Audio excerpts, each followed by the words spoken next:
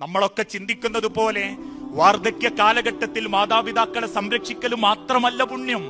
വയസ്സാം കാലത്തും ഉമ്മാനെയും വാപ്പാനെയും കണ്ണു നിറയാതെ കൊണ്ടടക്കലും മാത്രമല്ല പുണ്യം. മാതാപിതാക്കളോടുള്ള ബാധ്യത ജനിക്കുമ്പോ മുതൽക്ക് തുടങ്ങുന്നുണ്ട്, പ്രായമറിയിക്കുന്ന അന്ന് മുതൽ തുടങ്ങുന്നുണ്ട്. ജീവിതത്തിന്റെ ഓരോ സെക്കൻഡും അവരെ നമ്മൾ തൃപ്തിപ്പെടുത്തേണ്ടതുണ്ട്. അതല്ലാതെ എന്റെ കെട്ടിച്ചുവിടുന്ന കാലം വരെ നമുക്ക് തോന്നിയതുപോലെ അവരോട് പെരുമാറാം എന്ന തെറ്റിദ്ധാരണയല്ല. ഞാനൊരു 5ാം ക്ലാസ്സുകാരിയാണോ എന്റെ ഉമ്മയും വാപ്പയും എന്നെ വെറുക്കാൻ പാടില്ല? ഞാനൊരു 10ാം ക്ലാസ്സുകാരിയാണോ എന്റെ മാതാപിതാക്കൾ എന്നെ വെറുക്കാൻ പാടില്ല? എന്റെ പേരിൽ എന്റെ ഉമ്മ തലകുനിക്കാൻ പാടില്ല? ഞങ്ങളുടെ പേരിൽ എന്റെ കുടുംബത്തിൽ ഒരു സങ്കടം ഉണ്ടാവാൻ പാടില്ല? അങ്ങനെ തിരിച്ചറിവോടുകൂടി റിളല്ലാഹി ഫീ റിളൽ വാലിദൈൻ, അള്ളാഹുവിന്റെ തൃപ്തി എന്നാൽ അത് മാതാപിതാക്കളുടെ തൃപ്തിയാണെന്ന് ചിന്തിച്ച് അവരുടെ ഉപദേശങ്ങൾ നെഞ്ചോട് ചേർക്കുന്ന നല്ല മക്കളാവാൻ എന്റെ പ്രിയപ്പെട്ട അനിയത്തിമാർക്ക് സാധിക്കണം. കാരണം നിങ്ങൾക്ക് വേണ്ടി ആത്മാർത്ഥമായി പണിയെടുക്കുന്നത് മാതാപിതാക്കളും നിങ്ങളെ സ്നേഹിക്കുന്ന ഇത്തരത്തിലുള്ള ആളുകളും മാത്രമാ. നിങ്ങൾക്ക് എന്തെങ്കിലും ഇതല്ലാത്ത മറ്റേതെങ്കിലും അപ്പക്കഷണങ്ങൾ കാണിച്ചു തരുന്നവന് മറ്റെന്തൊക്കെയോ ലക്ഷ്യങ്ങളുണ്ട്. കയറിച്ചെല്ലുന്ന ക്യാമ്പസുകളിൽ ഇണചേരുന്ന രംഗങ്ങൾ കാണിച്ച് ഇതൊന്നും കുറ്റമല്ലെന്ന് വ്യാഖ്യാനിക്കുന്നവന്റെ മനസ്സിൽ നിങ്ങളെ ശരീരത്തെ മോഹിച്ചുകൊണ്ടുള്ള ചിന്തകൾ മാത്രമാ. നിങ്ങൾ അറിയാതെ നിങ്ങളുടെ ചെലവുകൾ നടത്തി സിനിമാശാലകളിലേക്കും വേണ്ടാത്ത ചിത്രങ്ങളിലേക്കും നിങ്ങളെ കൊണ്ടുപോകുന്നുണ്ടെങ്കിൽ അവരാഗ്രഹിക്കുന്നത് നിങ്ങളുടെ ശരീരത്തിനോ നിങ്ങളെ മറ്റേതെങ്കിലും ആവശ്യത്തിനോ വേണ്ടി മാത്രമാ.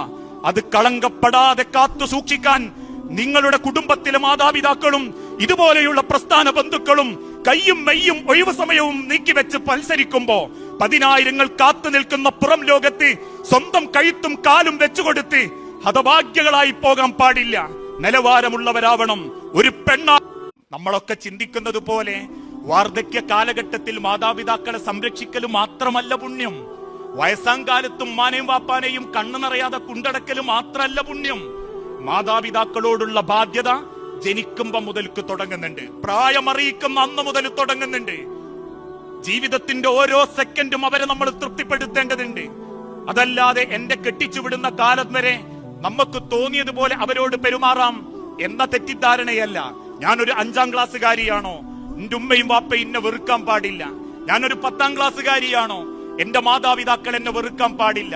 എന്റെ പേരിൽ എന്റെ ഉമ്മ തലകുനിക്കാൻ പാടില്ല? ഞങ്ങളുടെ പേരിൽ എന്റെ കുടുംബത്തിൽ ഒരു സങ്കടം ഉണ്ടാവാൻ പാടില്ല? അങ്ങനെ തിരിച്ചറിവോടുകൂടി റിളല്ലാഹി ഫീ റിളൽ വാലിദൈൻ, അള്ളാഹുവിന്റെ തൃപ്തി എന്നാൽ അത് മാതാപിതാക്കളുടെ തൃപ്തിയാണെന്ന് ചിന്തിച്ച് അവരുടെ ഉപദേശങ്ങൾ നെഞ്ചോട് ചേർക്കുന്ന നല്ല മക്കളാവാൻ എന്റെ പ്രിയപ്പെട്ട അനിയത്തിമാർക്ക് സാധിക്കണം. കാരണം നിങ്ങൾക്ക് വേണ്ടി ആത്മാർത്ഥമായി പണിയെടുക്കുന്നത് മാതാപിതാക്കളും നിങ്ങളെ സ്നേഹിക്കുന്ന ഇത്തരത്തിലുള്ള ആളുകളും മാത്രമാ.